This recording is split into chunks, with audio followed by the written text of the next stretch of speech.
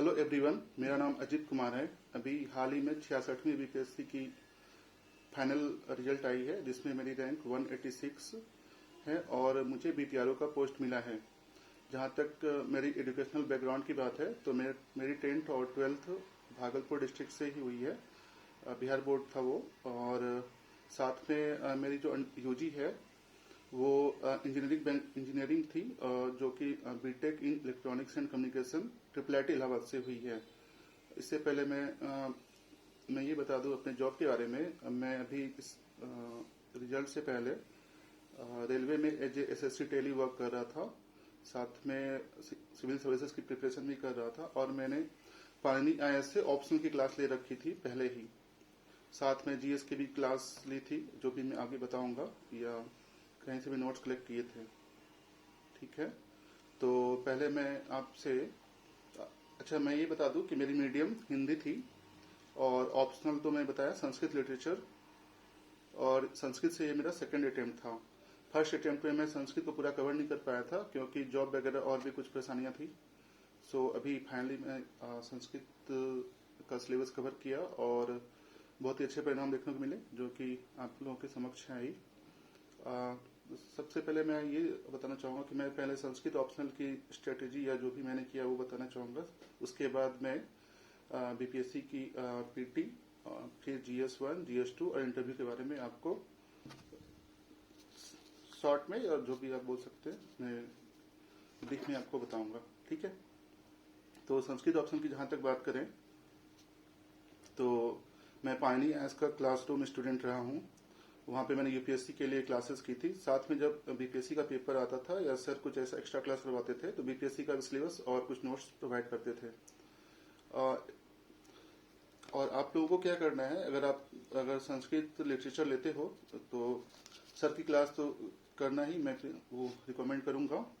और साथ में आप अगर बीपीएससी दे रहे हो तो बीपीएससी के सिलेबस के अकॉर्डिंग अपनी नोट्स सेपरेट कर लेना खुद से, ज्यादा बेटर होगा। सर तो देंगे, उसको अरेंज कर लेना, मतलब आप सीरियल वाइज सिलेबस के, तो आपको एग्जाम के टाइम और रिवीजन के टाइम करने में बहुत आसानी होगी। और अगर एक बार आप कवर कर लेते हो तो बाद में अगर कभी एग्जाम होता है या कहीं मेंस में अपियर होते हो तो आप इवन 5 से 10 दिन में प्रिपेयर कर सकते हो अगर आपका रेडी है तो। ठीक है, एग्जाम पैटर्न अगर देखा जाए इसमें तो 12 क्वेश्चन होते हैं, 2 सेक्शन में होते हैं, जैसा कि सब ऑप्शनल में होता है। 6 क्वेश्चन और 6 क्वेश्चन का, और 3-3 अटेम्प्ट करने होते हैं।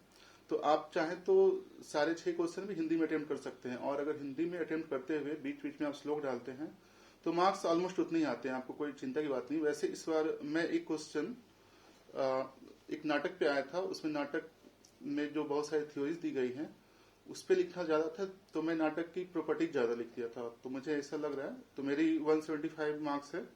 वैसे एक मेरे फ्रेंड को जो कि पिछली बार बीपीआरओ सिलेक्ट हुए थे, अभी 193 मार्क्स है। तो अभी तो देखिए मैं आरटीआई करता हूँ तो जैसा होता है, पर मुझे ऐसा ही लग रहा है, नहीं तो मैं भी एक्सपेक्ट कर रहा था 190 के ऊपर ही मार्क्स। ठीक है, और अगर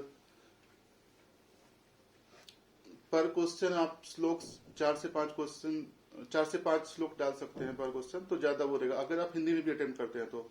वैसे मैं प्रीफर करूंगा या आप लोगों से या आकांक्षाएं भी रखूंगा कि आप फर्स्ट पेपर में एसे को कर लें संस्कृत में, और सेकंड पेपर में टिप्पणी 2 टिप्पणियां आती हैं, सबसे लास्ट क्वेश्चन होता है, उसे करें तो बहुत बेहतर रहेगा मेरे ख्याल से, जो मेरा वो है। और अभी तो अब कोरोना के बाद से पाणिनी IAS में लाइव क्लासेस भी स्टार्ट हैं, तो आप कहीं इंडिया के या कहीं भी बिहार के कोई कोने में रह रहे हो तो आप लाइव क्लासेस भी ज्वाइन कर सकते हैं।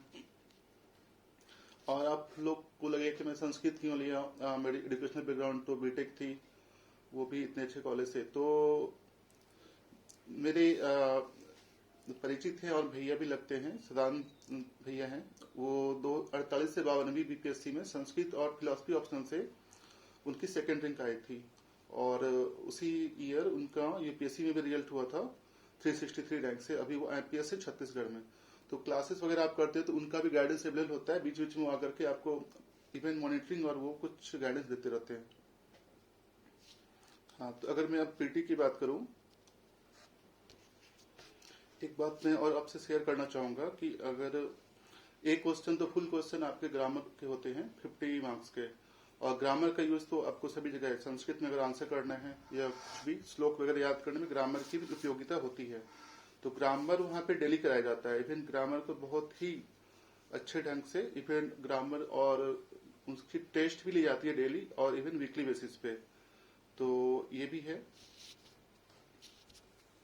और अगर मैं अब बीपीएससी पीटी की बात करूं तो मैं पहले अपने मार्क्स बता दूं। 65th में मेरी 103 मार्क्स थी और 66th में 113 मार्क्स थी, 113। और अभी यहाँ पे मैं पहले सोर्स की बात कर देता हूँ। ऑनलाइन सोर्स मैं यूज करता था यूट्यूब चैनल से, लाइक आईएएस हिंदी की, आईएएस हिंदी यूज करता था, आईएएस हिंदी, सक्सेस केंद्रा, एडुटेरिया, बीपीएससी मेंटोर।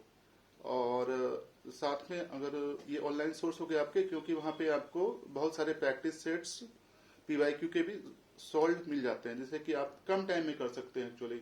जैसे मैं यूज करता था कि कोई भी वीडियो है उसे डाउनलोड कर लिया ऑफलाइन मोड में, उसे 1.5x 2x पे चला, इवन आप 1 से 2 बार सुन लो तो उसके बाद में 2x पे रिवीजन कर सकते हो। और आप साथ में बीपीएससी की पीवाईक्यू रख लो, घटना चक्र की या तो केबीसी नैनो की, और बिहार से रिलेटेड जो भी हिस्ट्री वगैरह है या ज्योग्राफी सेंसस वगैरह आते हैं तो वो बिहार जी के आती है केबीसी की, केबीसी बिहार समग्र 4PT ये नाम से, मैं वो प्रीफर किया था। और history, polity, geography, science, economy के लिए आप घटना चक्र के प्रीवियस ईयर क्वेश्चन बैंक जो ओवरऑल आते हैं, जिसमें कि आपके यूपीएससी के साथ साथ अदर पीसीएस के होते हैं, वो आप कर सकते हो।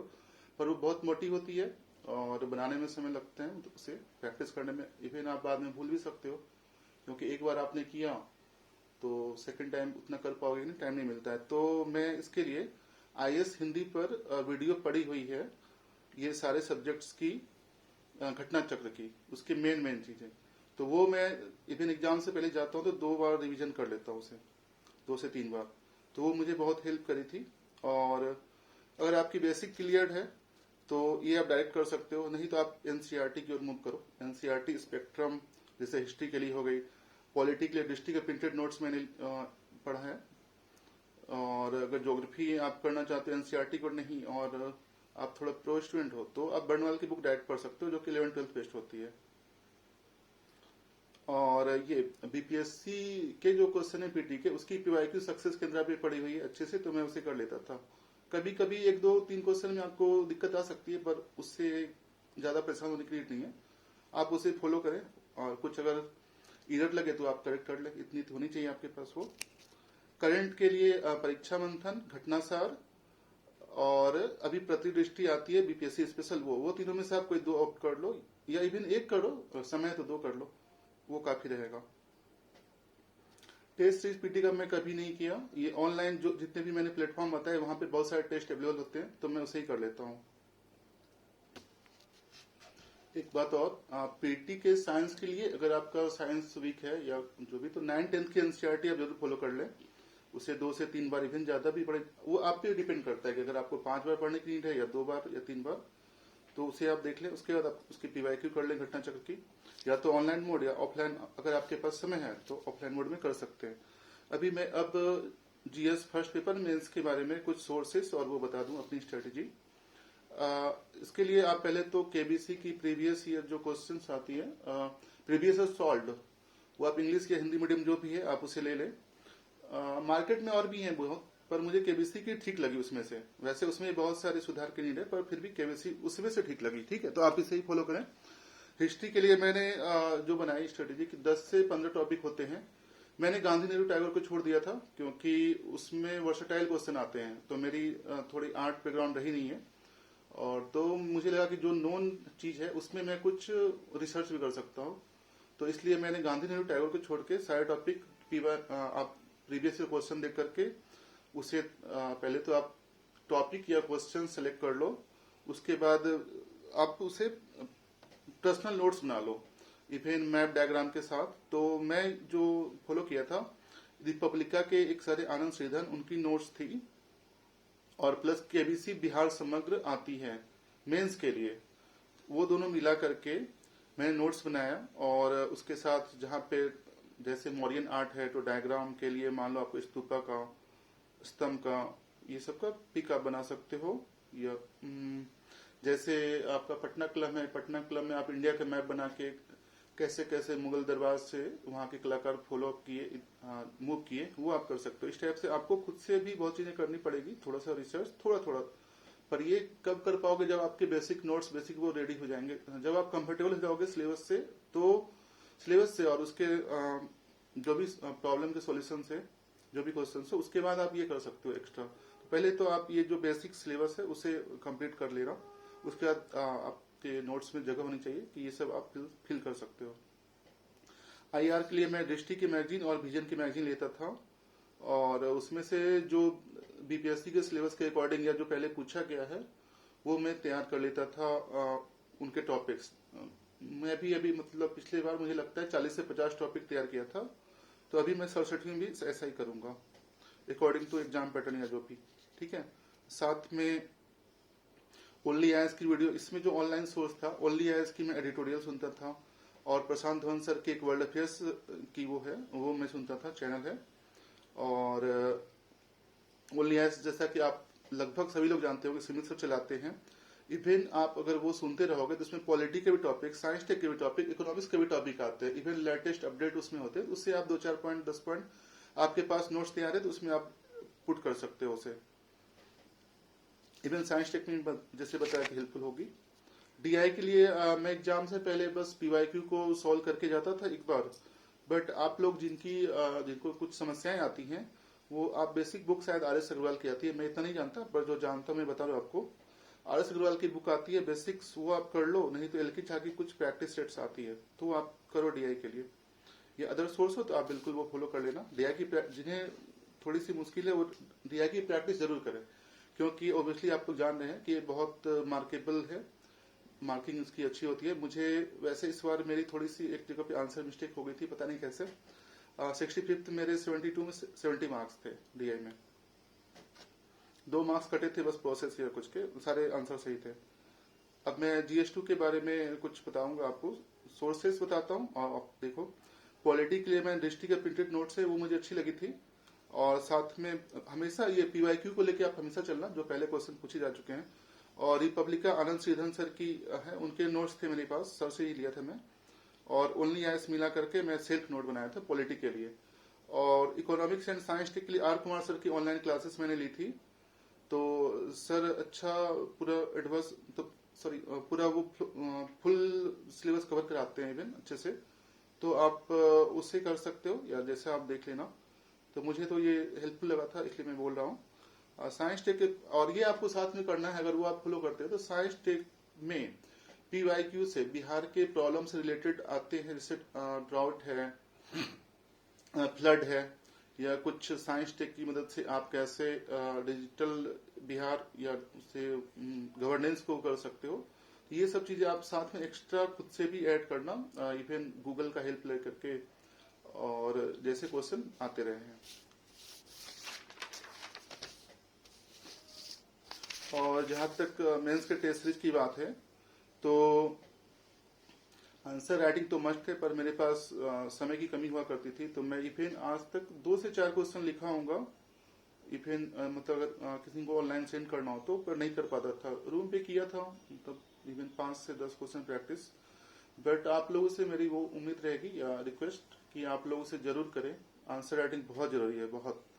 इसलिए लगता है कि मुझे कुछ मार्क्स मैंने बहुत सारे मार्क्स कुछ किया, बहुत सारे मार्क्स मैंने लूज किए बहुत सारे सेक्शन में। ये किया होता तो कुछ और ही बात होती।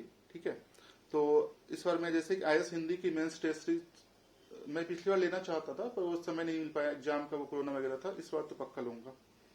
और इंटरव्यू के लिए आपका मैं भी थोड़ा सा बता दूं कि इंटरव्यू में वैसे तो बहुत सारे गाइडेंस अवेलेबल है। आप ग्रेजुएशन सब्जेक्ट को रेडी रखोगे, ऑप्शनल सब्जेक्ट को रेडी रखोगे, हॉबी आपकी क्या है उसे रेडी रखोगे, वर्क प्रोफाइल आपका क्या है, कहाँ पे वर्क कर रहे हो, अगर वर्क कर रहे हो तो उसे आप रेडी रखो कि क्या उससे क्वेश्चन बन सकते हैं।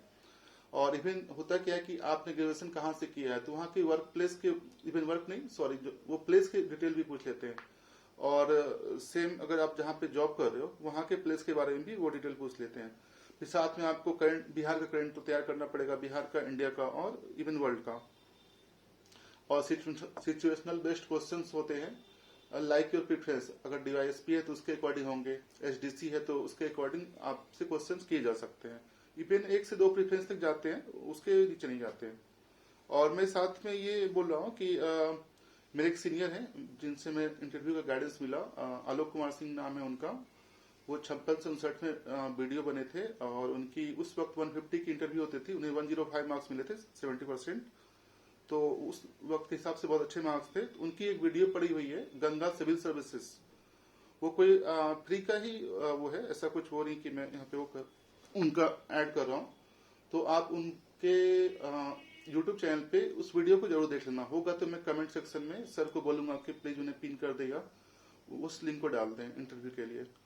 वो मुझे मेरे लिए बहुत हेल्प थी, इवन मैं बहुत लोगों को रिकमेंड किया और उन्हें बहुत फायदा भी मिला है। और मॉक की जहां तक बात है, टाइम की कमी थी तो मैं कोलकाता रहता हूँ, तो दिल्ली आना हुआ। तो एक मॉक मैंने दृष्टि में दिया था, एक आस्था में दे दिया था। पर मुझे लगता है कि आप लोगों को 3 से 5 मॉक देना चाहिए, 5 से ज्यादा मत देना आप, पर 3 तो जरूर देना, 3 से 5 देना, वो सही रहेगा। और जहां तक होता क्या है कि एग्जाम यूपीएससी का तो ठीक है टाइम से होता है, बिहार का एग्जाम इवन अभी तो कोरोना वगैरह था, टाइम से चल रहा था 60, 62, 63 तक, अभी इतना डिले हुआ कि आपको फिर मोटिवेट कैसे रखना है खुद को। तो अगर एग्जाम का डेट बिल्कुल आ ही नहीं रहे, आप क्या करो? तो पढ़ाई तो चलती रहती है, साथ में आप मूवी वगैरह देख सकते हो, कहीं घूमने को जा सकते हो, म्यूजिक वगैरह सुन सकते हो। तो ये थी मेरी ओवरऑल स्ट्रेटेजी। और भी कुछ कभी होगा तो मैं शेयर करूंगा, जो भी चैनल पे हो सके। ठीक है, ठीक है। थैंक्स टू एवरीवन इतना समय देने के लिए मुझे भी। Okay, bye, take care.